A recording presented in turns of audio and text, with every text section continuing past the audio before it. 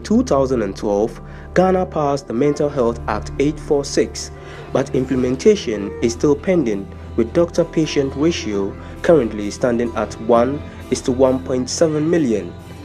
The World Health Organization estimates that approximately 13% of Ghanaians suffer from a mental disorder. Graphic Online hits the street to find out what people think about the state of mental health in the country. Basically, I think people who don't conform to societal norms, mentally they are not correct. It's a big challenge. It's a big challenge to you, the individual, maybe the family you are coming from. I encounter a lot of mentally unstable people, and sometimes they are so scary that you just sometimes you get so scared. It has been a very big problem in the society, and most of these mental health problems normally comes from hardship from a family or a background. Mental health is something that could happen to anybody. We have a situation where, some are not even supplied with drugs. I checked and I think I was in the correct ship. No, I've never been recommended to go see a professional. I did that when I was playing my professional. Actually, I'm a footballer. When I went for a medical test, that's when they check, and it was okay. I haven't taken the trouble to check it out.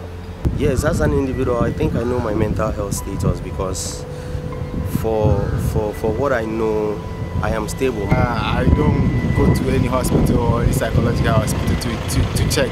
No. Have you tried to find out? I've not tried it. Oh, for me, basically, to be around with people with mental problems, I don't feel safe.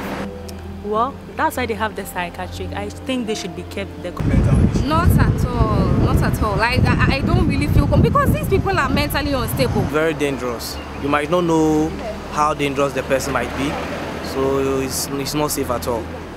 For instance, if you walk along the streets and someone just picks something to hit you, I mean, it is never safe. Or not at all, because they could be threats to our lives. For me, my opinion, I think the state have to put measures in place. I mean, we should get a place for them to keep them.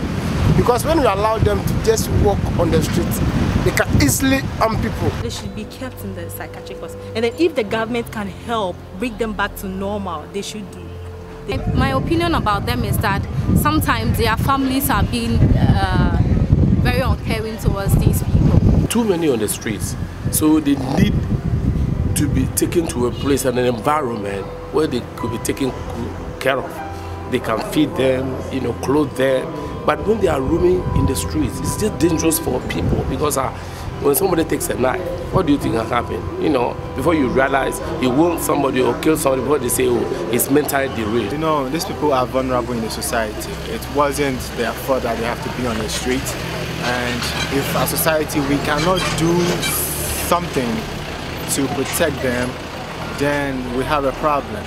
Mental health patients should be taken care adequately in terms of their medicines, other logistics that their mental health nurses should be able to be made available for them to work with, and a whole lot of things. They are feeding at the place. The government needs to step up.